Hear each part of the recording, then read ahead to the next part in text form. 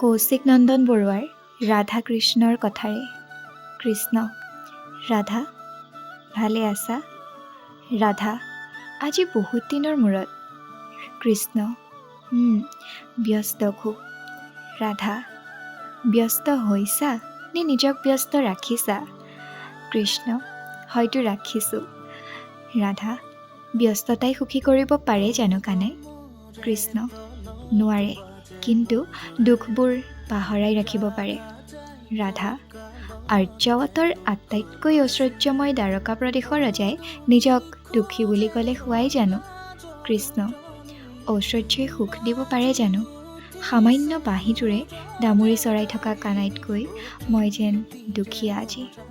ৰাধা: দায়িত্বই সময় সলাবই কানাই। কৃষ্ণ: যি দায়িত্বই প্ৰিয়বোৰ কাঢ়ি নিয়ে সেই দায়িত্ব বন্দীশাল ৰাধা। ৰাধা: পাৰ্থক কৰ্মযোগৰ জ্ঞান দিয়া বসুদেৱ এনেকৈ বিচলিত হ'লে চলে জানো? কৃষ্ণ: এৰা, সেই যোগী বসুদেৱৰ হাতত তোমাৰ কানাই যে বাৰে বাৰে হেৰায়। ৰাধা: হেৰাই যাব পৰা নহয় মোৰ কানাই। কৃষ্ণ: তথাপি নিসংগতাত মাজে মাজে বুকুখন বিষায়। ৰাধা: ভগা বুকু জোৰা দিবলৈ ৰুক্মিণী জানো নাই? কৃষ্ণ: আকৌ তুলনা? ৰাধা: নহয় তুলনা কানাই। ৰাধা মানেই যদি প্ৰেম, তেন্তে ৰুক্মিণীৰ মাজতেই জানো ৰাধা লুকাই থকা নাই? কৃষ্ণ: ৰুক্মিণীৰ মাজত ৰাধা?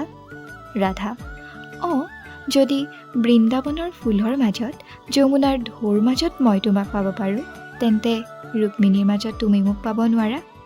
কৃষ্ণ: কিদৰে তুলি দিব পাৰা নিজৰ প্ৰেমক আনৰ হাতত ৰাধা?